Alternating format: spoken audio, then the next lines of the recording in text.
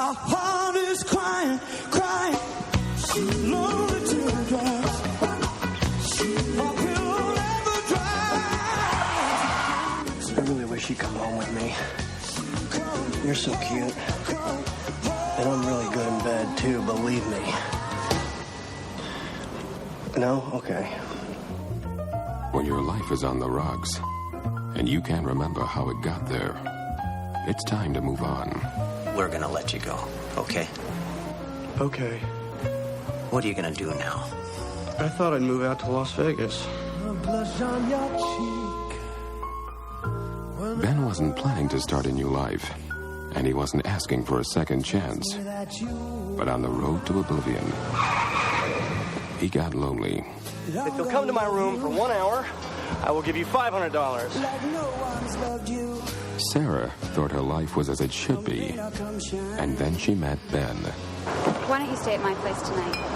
Okay. Wow. You look extremely beautiful.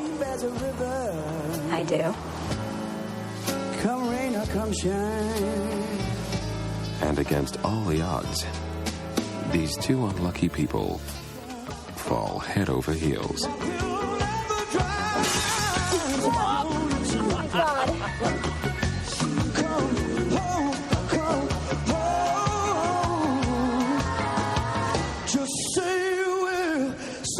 Nicolas Cage.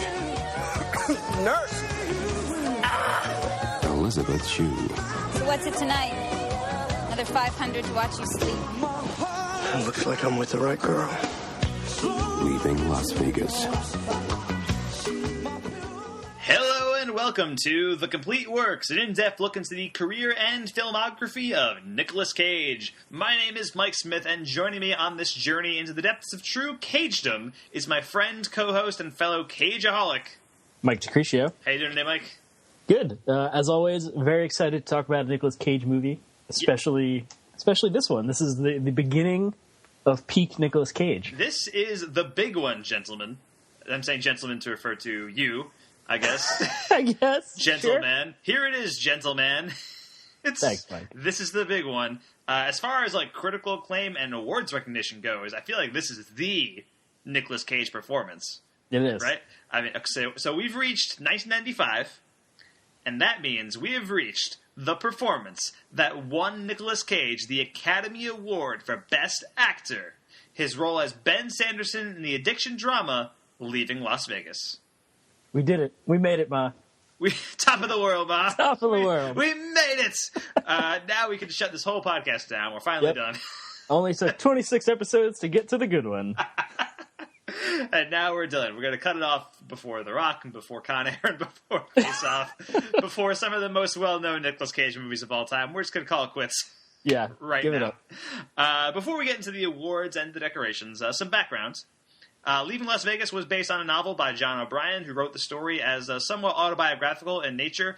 He killed himself just 2 weeks after the film went to production, which cast a shadow on the movie and put it into jeopardy. But director Mike Figgis ultimately decided to move forward with the movie, seeing it as a very fitting tribute to John O'Brien in a lot of ways.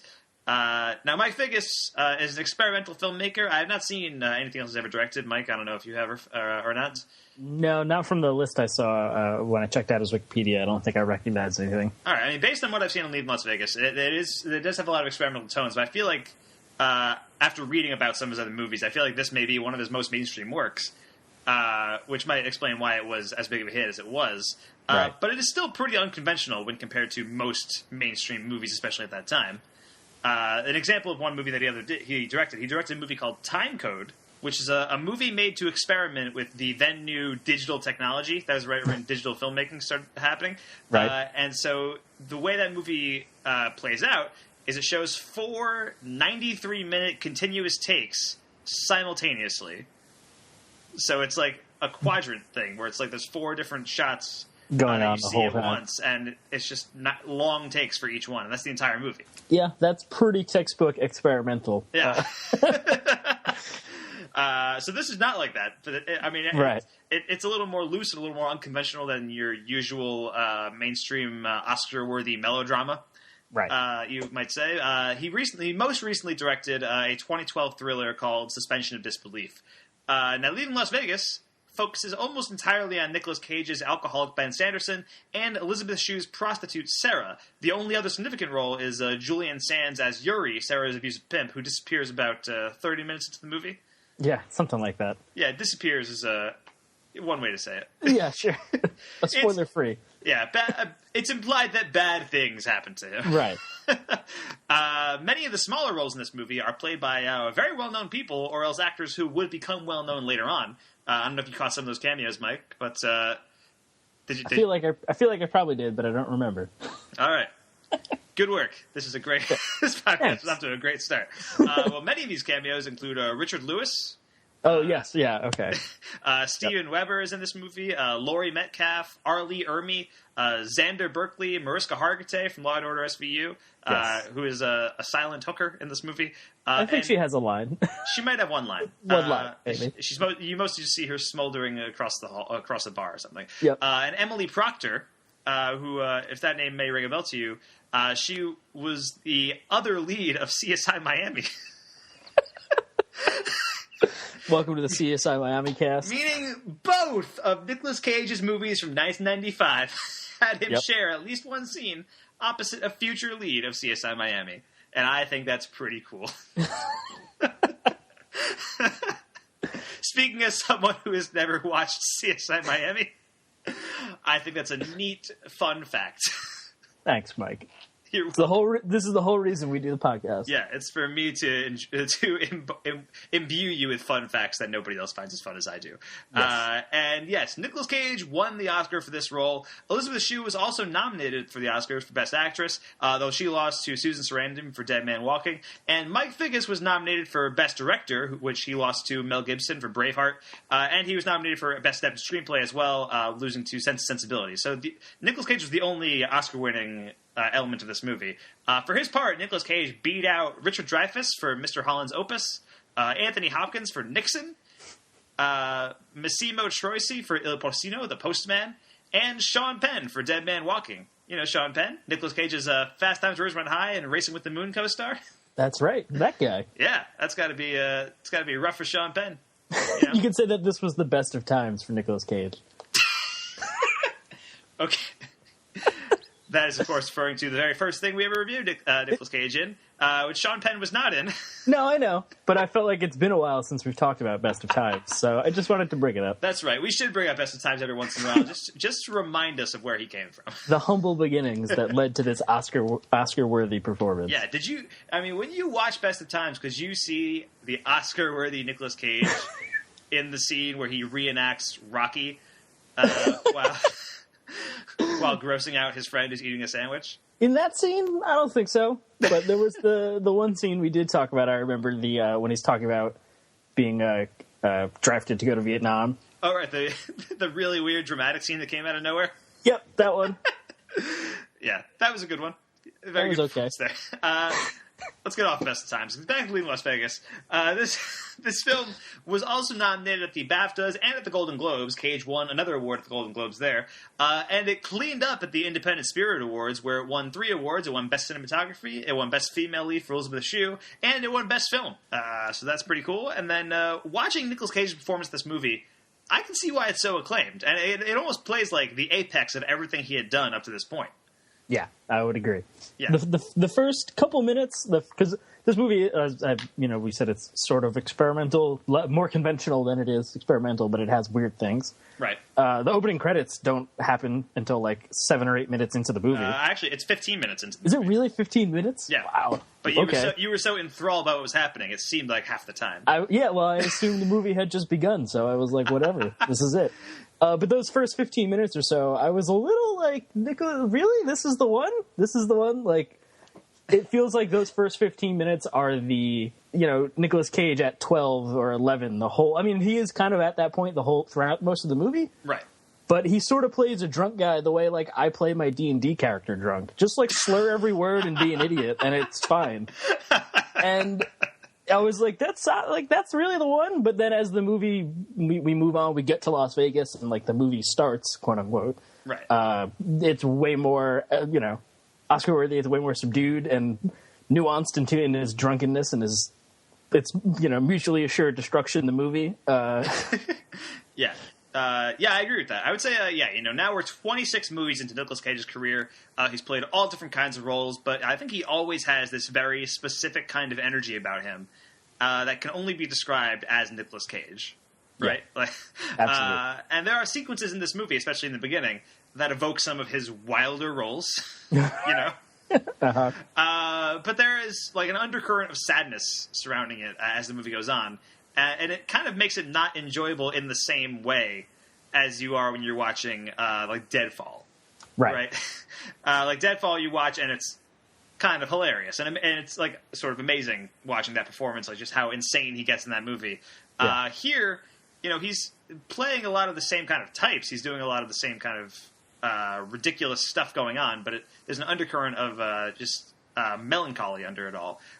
So, for example, I think the 15-minute prologue in which Cage is getting drunker and drunker, and he's losing all of his connections. Right. I think it plays a lot like his role in Vampire's Kiss. Right?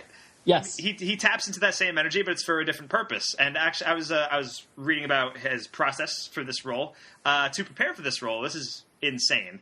I'm so excited. To prepare for this role, Nicolas Cage went to Ireland, and he binge drank for 2 straight weeks while he had a friend film him.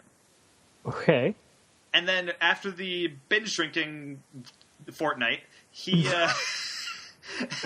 he watched the film. He watched the film that his friend took, and he studied his own speech patterns and his movements while he was drunk to more effectively capture what he's like when he's drunk. Yeah, that's pretty insane. You're right. So I thought that was really interesting. And also, Elizabeth Shue actually went and interviewed and spent time with a lot of Las Vegas prostitutes while preparing for this role as well. In any case, Leaving Las Vegas was made for a pretty low budget of $3.6 million, and it made back $32 million, which is almost 10 times what that movie cost. That is a huge hit in the art house world. It got a limited release in October '95 before expanding. Got the Oscar qualifying run in '95 so that it can get awards, and then went nationwide. I think in February, right before the Oscars hit, I believe. So that way, all the hype was around this movie, so it could be as successful as it was. And it definitely worked in its favor. I think people really responded to this movie. The IMDb plot synopsis reads, Ben Sanderson, an alcoholic Hollywood screenwriter who lost everything because of his drinking, arrives in Las Vegas to drink himself to death. There, he meets and forms an uneasy friendship and non-interference pact with prostitute Sarah. Yeah. That's pretty spot on. Yeah. It's one of the better IMDb synopses. Yeah, actually, it's solid. It tells you exactly what the movie is. And it's not really a movie that has much of a plot. Right. It's mostly you're just watching these two people interact with each other and how they're reacting to each other's kind of brokenness in that kind of sense. Yeah, this is definitely one of those movies where you could watch it and say nothing happened, but there's so much between Ben and Sarah that it doesn't need any kind of plot in some weird way. Yeah, it's more its emphasis is on character rather than story. Yeah. I guess, exactly. So Leaving Las Vegas was written and directed by Mike Figgis and based on the novel by John O'Brien. The film stars Nicolas Cage as Ben Sanderson, Elizabeth Shue as Sarah, and Julian Sands as Yuri, among several other people. I'm not going to mention all of them. I've already mentioned a few. So, Mike, what are your overall thoughts on this movie? Well, I mean, like I said, for the most part, for the first 15 minutes or so, I was a little iffy on the fence because it's Nicolas Cage at 12, which doesn't really fit the tone. Like we had said, it's supposed to be a melancholy, sad movie, and his manic, drunken, just slur everything doesn't really seem to fit with that, with what the movie is trying to do. Right. As we move to Vegas and we get to watch his suicide by drinking, he tones down he comes down from 12 a little bit for portions of it, and we actually get to see what he is as a character, because in that prologue we know nothing about him other than he got fired and he's an alcoholic. Right. I mean, even in the other portions of it, that's basically all we know also. But right. We never really get a sense of who he was before all this happened. Yeah. Right? I mean, it's implied that his wife left him. Right. But otherwise, you don't really know much about him. Yeah, I think we see a family photo once. We see him, a woman, and a child, but that's about all we know. And I totally am a little shocked at how this was such a big hit. I don't know. It's an art house movie, is what it is. Yeah. So I think Cage definitely deserves the Oscar. It's interesting to see who he was up against. Those names that he's against, and you're like, there's no way Cage wins. Especially for such a weird role. But he portrays the self-destructive, just downward spiral of this character's, last a month or however long it is. It's not a very long time that we're with them. In such a way that I think he deserves it as well. I think Elizabeth Shue really sort of ends up. Sarah becomes the protagonist for the last. Yeah, I would say the last half of the movie for the most part. I mean, she's literally the narrator for most of it. So I'm surprised to see that she didn't win that. But yeah, I mean, those are kind of my just rambling thoughts. Okay. Yeah. I thought the movie was pretty great. It had a very interesting structure. I thought Cage and Shue were really giving it their all in this movie. It feels very unconventional, but it tells the story very effectively. And also, I felt like it never feels like it's judging Ben or Sarah based on their life decisions. It kind of just simply presents them as fact. Right. And I thought that was really interesting. I thought that was kind of refreshing. Like, it's like, obviously we know that these are bad things that these people are doing. But it's also like Cage is very powerless against his alcoholism. Sarah still has some kind of glimmer of hope that she can change her life around, but she's kind of addicted to Cage. Like, she kind of needs Cage there in her life at that point in time. And so I feel like this movie never once kind of makes you feel like the movie is looking down on these characters. It's kind of just presenting them, which I liked. I liked that a lot in this movie. And yeah, I thought Cage was phenomenal in this. There's a lot of layers to his performance here. It's the rare role that can give his on-screen insanity a narrative purpose and emotional pathos. Yeah, absolutely.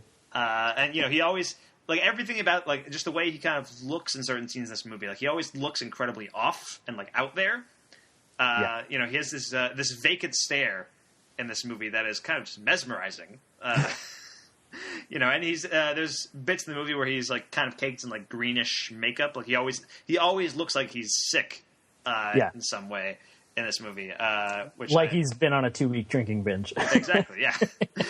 And I thought his relationship with Elizabeth Shue felt very real. The result of these two broken people finding each other, if only for a short time. I think this is the apex of everything he's done so far. There's shades of every performance Cage has given here. The jumped up craziness of Vampire's Kiss or Deadfall. There's the aggressiveness of Kiss of Death. There's the romantic leading man aspects of Moonstruck or Honeymoon in Vegas. There's the weird line readings of Peggy Sue Got Married or Trapped in Paradise. Yep, absolutely. And that's one of the things that, like you said, gives his insanity a narrative purpose.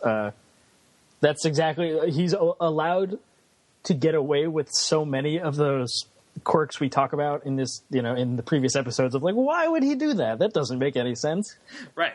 But he finally found a role where it makes sense. Yeah, but his character's been drunk for 3 weeks straight, so it makes sense. Anything goes. Yeah. I mean, Cage is now 14 years into his career at this point with this movie. And he has found the role that I think completely defines his career up to that point, which I think is really interesting. And it kind of closes the book on that era of his career. This kind of rising actor status. Right. Up until the point where he wins an Oscar in 1995. After this, you're going to see him in a lot more mainstream Hollywood blockbuster stuff. Right. Whereas before this, you see him in a lot more varied kind of things. There's still definitely Hollywood movies in there. He tried to go for action movies once with Firebirds, and that didn't really pan out. That didn't work so much. But in that time frame, you see him going for Wild at Heart. You see him going for Rumblefish. You see him starring in a lot of these interesting independent films that you're going to see less of going forward, I think. So it's almost the end of this era of his career, right? Which I find very interesting. Yeah, this is we enter peak Cagedom in pop culture at this point. Peak Hollywood superstar Cage. Yeah, this is him winning an Oscar, and actually in his Oscar acceptance speech, he champions the making of small movies. He says, "Oh, this was the small movie that we need more movies like this out there. Support independent artists." And then immediately after doing this movie, he stars in 3 of the biggest action movies of the 90s. Oh, way to undercut your own message there, Mr. Cade. But yeah, so Mike, were there any moments or scenes in this movie that stood out to you in any way? Well, that's kind of the thing. Every scene stands out and yet doesn't. I don't think there's one in particular that's, there's no scene that, stands out as the pinnacle scene for me. Right. I mean, there's not a defining scene in the movie, I would say, but there's a lot of very good scenes. Right. Was there anything like that? Like, give me a scene that you liked. Give me a scene that... The scene that I thought really... Or one of them that, I guess every scene exemplifies Ben's self-destructiveness. Right. But when he... I think it's one of the first nights he spends at Sarah's, and he goes out for breakfast. Or, I don't remember the exact thing, but he goes to a bar, and it's like a biker bar, and he gets in a fight. Yes. Yeah, that scene... And there are so many things, and one of my favorite things about Ben as a character is when he hits that point of drunkenness, he starts quoting poetry and and using Shakespearean language in this lofty, weird accent. Yes, when he comes back from the bar, she was cleaning him up, and she was like, "What happened? Did you I was doth protecting a fair maiden, needed an honor for her honor or something." Yeah, she's like, "I bet you." Yeah, and those things happen, or he talks like that a couple times throughout the film, and it's one funny, like the situation he was in, right? But I think it added some weird depth that when Ben gets that drunk, he actually thinks that way, right? I think it hints at an intelligence in Ben that's going squandered. Yes, yeah, because of his drinking problem. Also, in that scene, actually, just cameo thrown in there. Julian Lennon is the bartender. He's the son of John Lennon. Okay. So just throwing that out there. More cameos. Yeah. Actually, almost every minor role in this movie is some kind of significant person, cameo-wise. And some of them are even people who would just go on to be significant, famous people.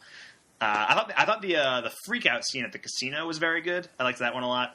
Mm-hmm. That kind of, because it shows Cage kind of going from in control to out of control very quickly. He's there with Shu, and they're having fun, they're having a good time, and then suddenly, almost out of nowhere, he's upends the table, and he's getting escorted out by security. I thought that was a very good scene. And you're right, the film's perspective does kind of switch halfway through. The first half is about Cage discovering Shu, I would say, and it mostly follows him.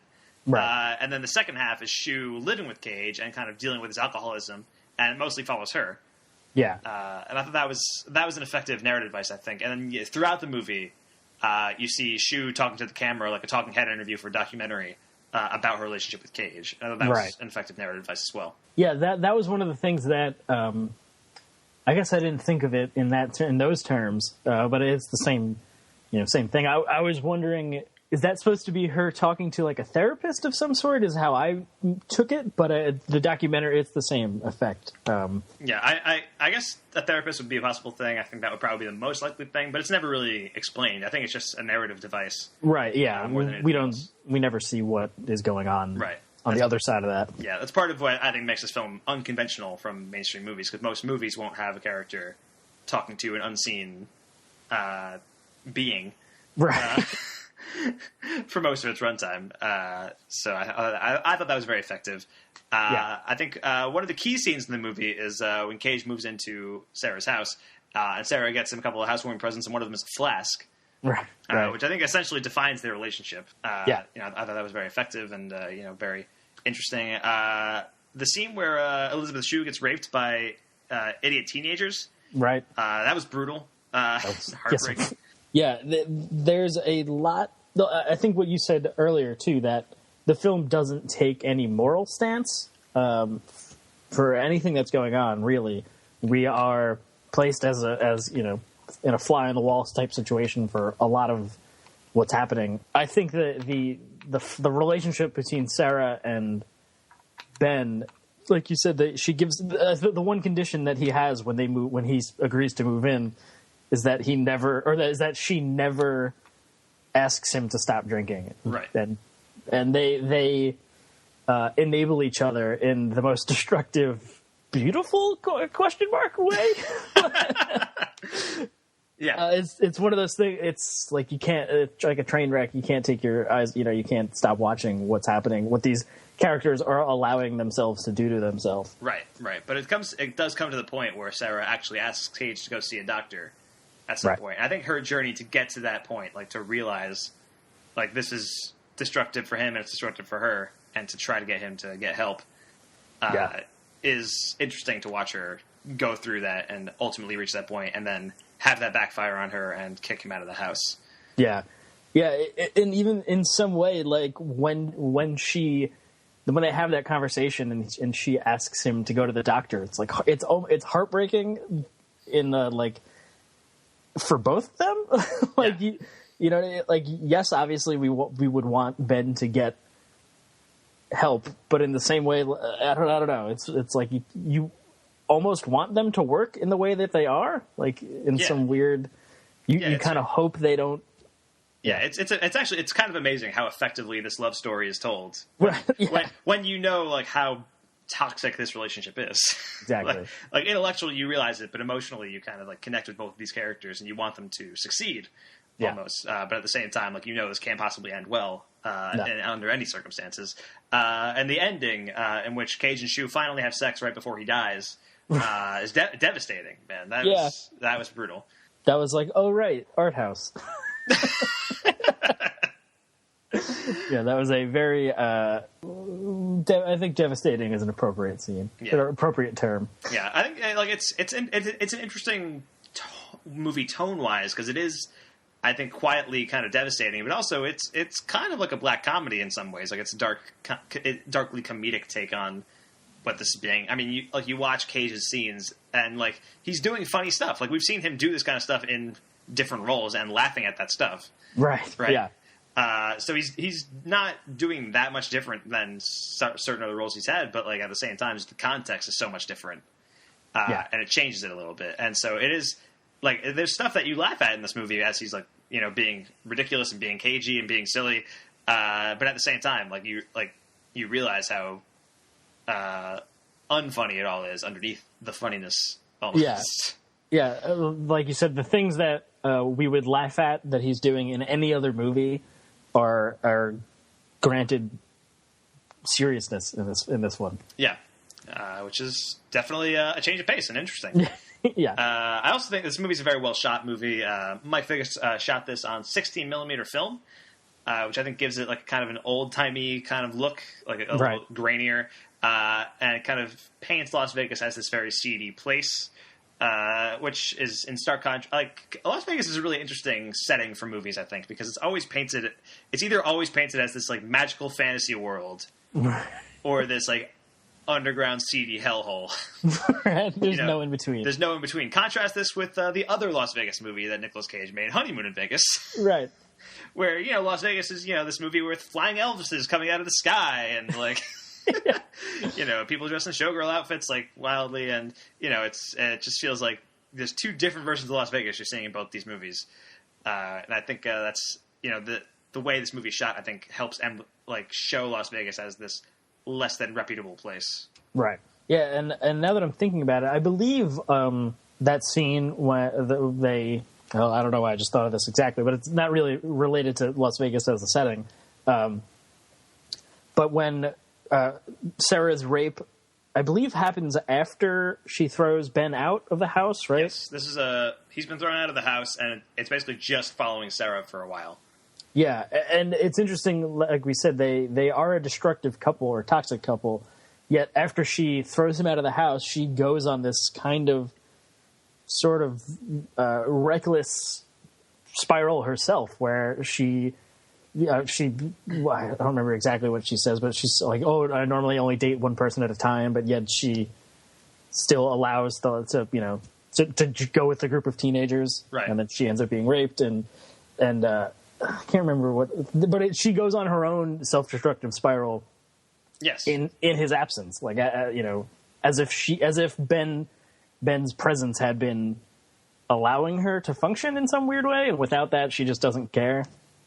Despite him trying to kill himself with drinking and no, like we said, it's a toxic relationship, but one that like is so codependent on the other one, right? Yes. which I think makes for a really compelling movie. And so I really enjoyed Leaving Las Vegas. I thought it was very good. Cage and Shu were very good in it. Mike, you seem to agree. Yeah. Is there anything else you want to talk about before we move into Netflix reviews?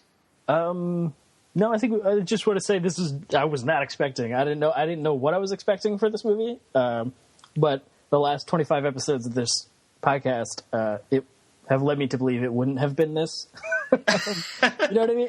I guess. Yeah. I think you might have been expecting like Oscar bait kind of sort of movie, like. Yeah, I think I was expecting just more of a straight ahead conventional drama rather than the experimental melodrama about toxic relationships. Yeah, fair enough. Yeah. I think this movie exceeded my expectations as well, and it's very good. I think that people should definitely check it out if they haven't. But let's get into some Netflix reviews, Mike. Let's do it. All right, here we go. This is reviews for Leaving Las Vegas, left on Netflix.com, and there's some interesting ones. So here's a 1-star review of Leaving Las Vegas. Nicolas Cage wears green makeup and is awarded Best Actor. Really? Elizabeth Shue is supposed to be a street prostitute. Someone that beautiful will be a rich man's courtesan. Stupid movie. Wow. Okay. Yeah. So, take that. So there's that. Yeah, take that, green makeup. He does wear green, this kind of gaunt makeup throughout the movie, which I think helps sell the alcoholism bit very well. Here's a 3-star review of Leaving Las Vegas. 3 very dark stars for this movie. It is more of a character study than a plot-driven movie, unless you consider one character getting drunk constantly and the other getting screwed all the time a plot. It was marginally watchable, and the characters, although flawed, seem believable. However, we really never learned why Nicolas Cage's character is such an unhappy schlub with a death wish. Elizabeth Shue, though, can clean my carpets any day. What? She is totally hot. This would be a great movie to show at an AA meeting. Oh, man. Okay. I gotta know where this guy gets his metaphors from. Yeah, wow. She can clean my carpets any day. Here's a 1-star review of Leaving Las Vegas. Wow, what a bad movie! I watched it to see Elizabeth Shue. Even she can't compensate for the offensively repugnant screenplay, and yet another bad performance from Nicolas Coppola. Totally unconvincing. Not for the 3-digit IQ set. Shots fired. Yeah, I like that he calls him Nicolas Coppola, though. Yeah, it's like it's personal for him. Yeah. Exactly. Here's a 1-star review of Leaving Las Vegas. This movie is a waste of your time. Do not watch it. It's just awful. There is never a clear reason for why he wants to die of alcohol poisoning, much less why the hooker fell in love with him, and the rape scene is out of place. A prostitute never goes through this kind of thing, really. It is just awful. There's lots of assumptions being made in that movie. Yeah. Very much. So, unless this person is a prostitute, right? Yeah, and knows what a prostitute goes through, I feel like you're kind of just projecting right onto whatever this movie is. In a world they hope they know what that is. Yeah. So that's very strange. Here's a 4-star review of Leaving Las Vegas. How anyone could enjoy this movie is beyond me. However, it is an important movie because it signifies and represents the point in time when America took a wrong turn. Great Valentine's Day flick. This country is morally bankrupt, and this movie shows us what is wrong and why. Interesting that Ed Harris stars briefly, as he starred in The Abyss, which is what his movie should have been titled. Couple things with that. Ed Harris is not in this movie. I'm pretty confident they meant to put this review on a different movie's page. Maybe. But it's also something you can't really tell that it's wrong until he gets to the part about Ed Harris. Like maybe he really thinks this does signify and represent the point in time when America took a wrong turn. Maybe. Maybe he really does think this is a great Valentine's Day flick. But Ed Harris is not in this movie. He did star in The Abyss, that is correct. True. And I guess this movie could have been titled The Abyss. That would actually kind of work, yeah. Yeah, but in any case, that review is way off base. Also, it's a 4-star review, and he says, how anyone could enjoy this is beyond me. Yeah, I think you're just feeding the trolls at this point. That's all that's happening. Pretty much. All right, here's a 5-star review of Leaving Las Vegas. This, boys and girls, is how awesome Nicolas Cage used to be before he became Hollywood's harlot and a garbage bag for awful scripts, willing to be part of virtually any obvious flop and cheesy sellout mediocrity for a paycheck. The movie is very well done and features incredible acting, though caution to the sensitive, this movie is quite depressing, yet its quality makes up for it. I mean, he liked it. Yeah, Yeah. He doesn't seem to care much for Nicolas Cage now, though. No. Hollywood's harlot, Nicolas Cage. I might start introducing the podcast like that. That's what we should have called this podcast, actually, instead of The Complete Works. Hollywood's harlot. Oh, man. Man. All right, we're just going to have to re-record the first 25 episodes. That's fine. We remember what we said, right? Yeah. Verbatim, word for word. It's recorded. All right, and finally, here's a 1-star review of Leaving Las Vegas, which I found very oddly specific. I rented this movie because it was a classic, knowing full well that it is postmodern and dark. I also find Las Vegas as appealing as the decor in any Chinese buffet, but I knew it would work well within the framework of this bleak movie. The musical score was the torpedo which sank this ship. I expected the bad lounge music, which reminds me of cheap onboard entertainment on a cruise ship, but the creepy, high-octave, depressing piano music was far too much to endure. It took its toll on my Wellbutrin, which prescience told me to load up with on the forehand. The other piece I hated was prickly guitar Elvis-esque rock song, which forced me to mute that scene and forego whatever dialogue Nicolas Cage was slurring. Musical scores help make iconic films, but this one actually disemboweled it with the empathy of a serial killer. Wow. Any tolerance you had for Cage drinking more alcohol than is medically possible, his ability to drive drunk in front of a traffic cop without getting pulled over, a feat most of us cannot accomplish sober, or a prostitute with a level grammar most college graduates do not possess, is destroyed by this terrible score in which songs are played over and over ad nauseum. In short, the music director must hate the audience and want them to suffer. Good job, you asshole. Wow, that's hilarious. Right. Especially because one of my notes is the soundtrack is pretty incredible. It was pretty good. I liked the soundtrack quite a bit. Actually, I wrote down that I gave the movie props for not including Viva Las Vegas Yep. in the soundtrack. I thought it was going to at one point. I don't remember what song. I was like, oh, really? Perhaps it was in the scene with the prickly guitar Elvis-esque rock song, which forced this guy to mute that scene. Yeah, probably. But yeah, no, I just generally speaking, if it's a movie that's set in Las Vegas, it plays Viva Las Vegas at some point. And this one didn't. So I applaud it for that. Avert the cliche. But that is it for Netflix reviews. That's all we have today. I thought we would end on a really good one. That was good. I wonder if you just didn't find it, but our friend who always comments, this is what Nicolas Cage does best, making great movies. Yeah, I didn't see it this time around. Man. But maybe I didn't look far enough. We'll see. Hopefully, if anything deserves that comment, it's The Rock. So I imagine next week or next time around, we'll get to that one. Yeah, I'm sure our friend is out there. Yeah. All right. So, Mike, you're a fan of Leaving Las Vegas? I am, yes. All right, cool. And I'm a fan of Leaving Las Vegas. Definitely check it out if you can. Mike, where can we find you online this week? Find me at twitter.com/mdfilmblog. And if you like Dungeons & Dragons, my friends and I post our games at youtube.com/geonerd79. And you can find me online at twitter.com/msmithfilmblog and all my podcasts and stuff at filmbook.com. Thank you for listening to The Complete Works. I'm Mike Smith. That's Mike DeCriscio. If you're listening to this review via our podcast on iTunes, please subscribe to the podcast, rate it, and take a moment to give us a review. Help support this podcast and FilmBook by taking part in our Patreon campaign. You can find our Patreon campaign page at patreon.com/filmbook.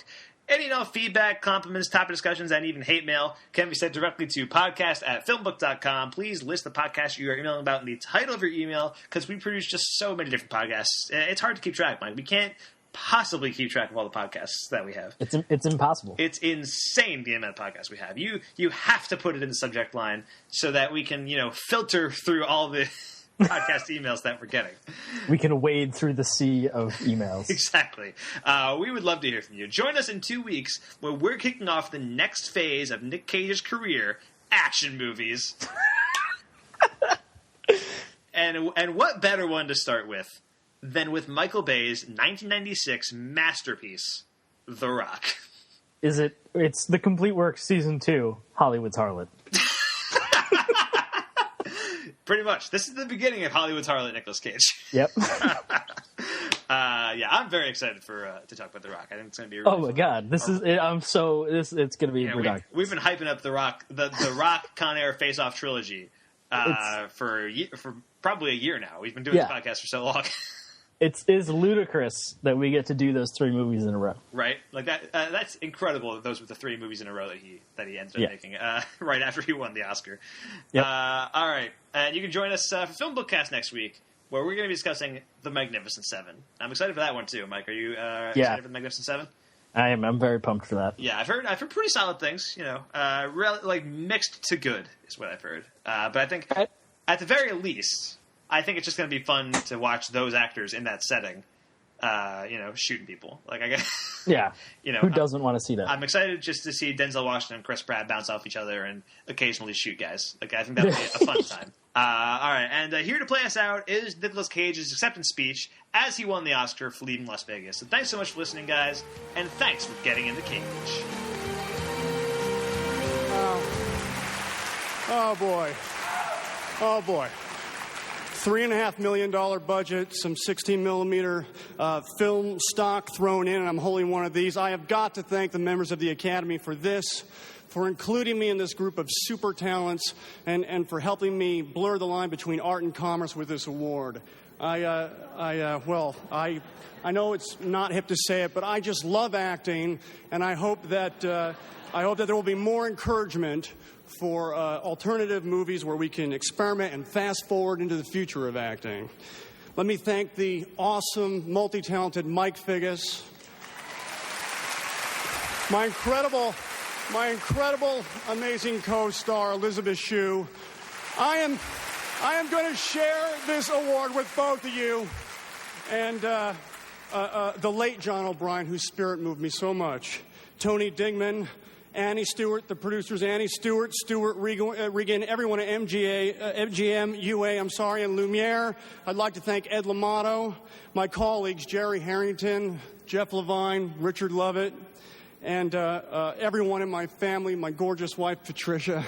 And I just finally want to say, hi, Weston, it's Daddy. I love you. Thank you.